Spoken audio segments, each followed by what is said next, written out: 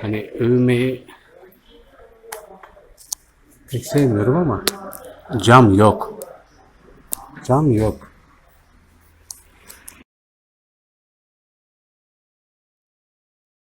Ortadaki silinmeli, soldaki cam tabii ki muhteşem. Merhaba dostlar. Cam silme sanatı videolarına bir tane daha ekliyoruz. Bugün sanayimizin güzide parçacılarından, esnaflarından biri olan bu bir reklam değildir. Yiğit Oto'nun camlarını sileceğiz. Yiğit Oto'nun şöyle yürüyelim bakalım. Yiğit Oto'nun camlarını sileceğiz. Biz bu işi iyi yapacağız. Bu konuda çok eminim ve güveniyorum kendime. Şöyle camlarımızın durumu gerçekten düzeltilmesi gerekiyor. Solüsyonumuzu sıkıp bekliyoruz. Solüsyon kurusun, önemli değil. Önemli olan işlevi. Hemen başlıyorum. Malzemem hazır. Ben hazırım. Sizler de hazırsanız haydi bismillah.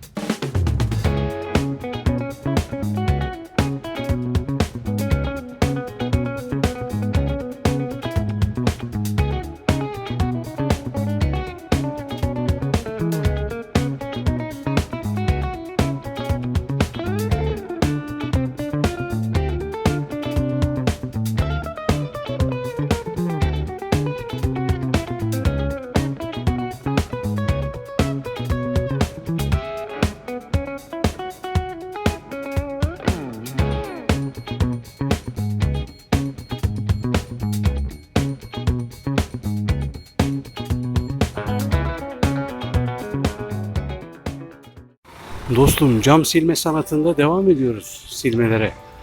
Bugün sanayide böyle çeşitli yerlere uğrayacağım. Geldiğim yerlerden bir tanesi Yiğit Oto, bilen bilir. Şu cam iç dış bitti, iç dış bitti. Kapı girişi iç dış bitti.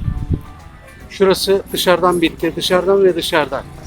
Camlarımızı şöyle genelden göstereyim. Cam siliyoruz.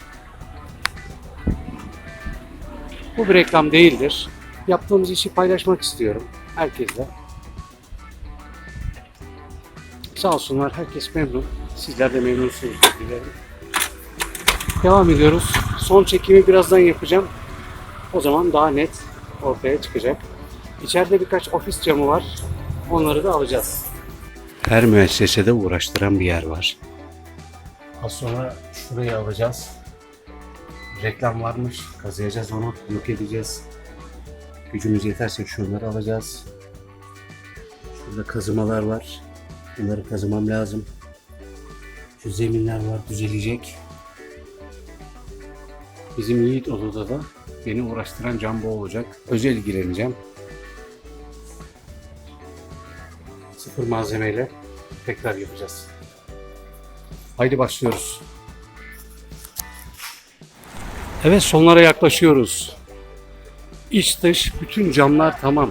Sadece vaktimi alan şey oldu. Kazımalar vardı. Hani otomatik olunca markalar burayı doldurmuşlar. Cam temizliği devam ediyor. İçeride ofis camları var. Onları alacağız. Cam çekçeklerimden birinin lastiğini kaybettik. Bir yere taktırdım herhalde. Önemli değil. Üç çekçeğimin biri gitmiş olabilir. Uç alacağız. Cam çekecek lastiği. Bunu yapacağız. Mükemmel olduğuna inanıyorum. Bakalım içeride ne varmış. Tam karşımdaki cam silinmedi. Ortadaki silinmedi. Soldaki cam tabii ki muhteşem. Hani övünmeyi pek sevmiyorum ama cam yok. Cam yok. Olay bundan ibaret. Evet, mutlu bir son. Yiğit Oto'nun camları konuşuyor. Cırlop gibi oldu. Allah nazardan saklasın. Bu bir reklam değildir. İzlemelere doyamıyoruz. Çalışmalara doyamıyoruz. Teşekkür ederim. İyi ki varsınız. Kanala abone olmayı, yorum yapmayı ve paylaşmayı unutmayınız. Saygılar.